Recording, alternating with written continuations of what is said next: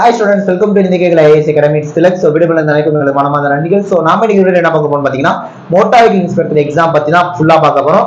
இதுக்கு யார் எலிஜிபிள், என்ன சிலபஸ், எக்ஸாம் பேட்டர்ன் என்ன, ஓகேவா, ஏஜ் லிமிட் என்ன, எல்லாமே நம்ம இந்த வீடியோல top to bottom A to Z motor vehicle inspector பத்தி தெளிவா பார்த்தறலாம். ஓகேவா. சோ வீடியோக்குள்ள போறதுக்கு முன்னாடி நம்ம அகாடமில மோட்டார் வெஹிக்கிள் இன்ஸ்பெக்டருக்கு கிளாஸ், டிஸ்பாச் மெட்டீரியல் எல்லாமே போத் ஆன்லைன் ஆஃப்லைன்ல கூடிய விரைவில் ஆரம்பிக்க போறோம். ஜாயின் பண்ண நினைக்கிறவங்க இந்த ரெண்டு நம்பர் ஏதாவது ஒரு நம்பர் கான்டாக்ட் பண்ணி நீங்க ஜாயின் பண்ணினா இப்போ நம்ம வீடியோக்குள்ள போயிடலாம். மோட்டார் இன்ஸ்பெக்டர் பொறுத்த வரைக்கும் ஏஜ் லிமிட் பொறுத்த வரைக்கும் நீங்க ஓசி கேட்டகரியா இருந்தா மட்டும், புரியுதா, நீங்க ஓசி கேட்டகரியா இருந்தா மட்டும் உங்களுக்கு 34 வயசு வரைக்கும் நீங்க எழுதிக்கலாம். பழைய நோட்டிபிகேஷன் எடுத்து பாக்குறோம் 32 வயசு கொடுத்துருப்பாங்க. பட் நமக்கு 2 இயர்ஸ் ஏஜ் ரிலாக்சேஷன் கொடுத்துருக்கனால அது 34 ஆகும். ஓசி கேட்டகரிக்கு மட்டும் தான் 34. மத்த BC, MBC, SC, SC, ST பொறுத்த வரைக்கும் யாருக்குமே ஏஜ் லிமிட் அதாவது கிடையாது. மேக்ஸிமம் ஏஜ் லிமிட் கிடையாது. நீங்க நார்மலா 58 வயசு வரைக்குமே எழுதிக்கலாம், புரியுதா. சோ ஏஜ் லிமிட் முதல் விஷயம். யார் எலிஜிபிள்னு பார்த்தா ஆட்டோமொபைல் இன்ஜினியரிங், மெக்கானிக்கல் இன்ஜினியரிங், இந்த ரெண்டு பேரும் இதுக்கு எலிஜிபிள். மோட்டார் வெஹிக்கிள் இன்ஸ்பெக்டர் பொறுத்த வரைக்கும் ஆட்டோமொபைல் இன்ஜினியரிங் முடிச்சிருந்தா நீங்க எலிஜிபிள், மெக்கானிக்கல் இன்ஜினியரிங் முடிச்சிருந்தா நீங்க எலிஜிபிள், புரியுதா.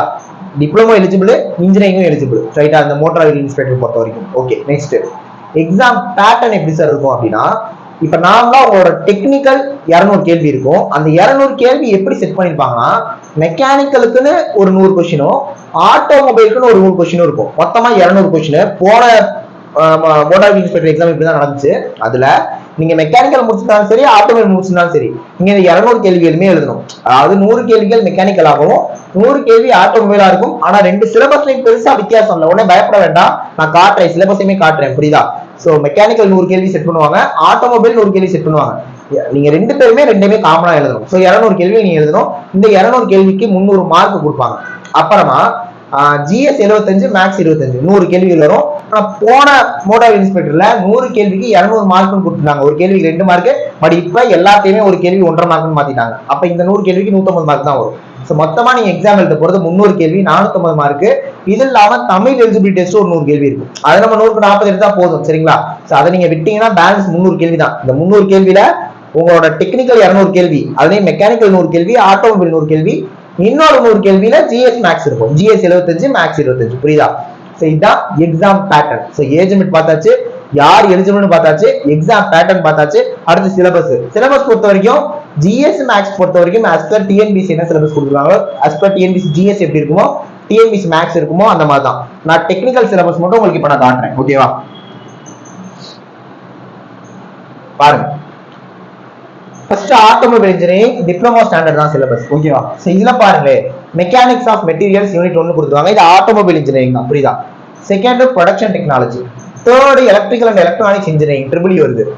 அடுத்து பேசிக்ஸ் ஆஃப் மெக்கானிக்கல் இன்ஜினியரிங், அடுத்து ஆட்டோமொபைல் இன்ஜின்ஸ், அடுத்து ஆட்டோட்ரானிக்ஸ், அடுத்து டிரான்ஸ்மிஷன் அண்ட் கண்ட்ரோல்ஸ், அடுத்து industrial management and road transport organisation, அடுத்து பாடி பில்டிங் டெக்னாலஜி, அடுத்து கம்ப்யூட்டர் இன்டகிரேட்டட் மேனுஃபேக்சரிங். இப்போ மெக்கானிக்கலுக்கு நீங்க எடுத்துக்கிட்டீங்கன்னா industrial management, industrial engineering, production technology. இந்த ப்ரொடக்ஷன் டெக்னாலஜி அங்கேயும் இருந்தது. எலக்ட்ரிக்கல் எலக்ட்ரானிக்ஸ் இன்ஜினியரிங் அங்கேயும் இருந்தது, இங்கேயும் இருக்கு, ஓகேவா. பட் என்ன உள்ளுக்குள்ள இருக்க சப்ஹெட்டிங் ஸ்லைட்டா மாறும், ஓகேவா.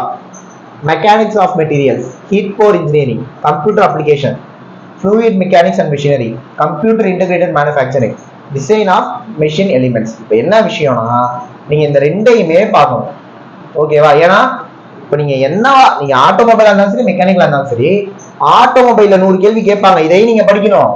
பிளஸ் மெக்கானிக்கல்ல 100 கேள்வி கேட்பாங்க, இதையும் நீங்க படிக்கணும். மொத்தமா 200 கேள்வி இப்படிதான் இருக்கும்.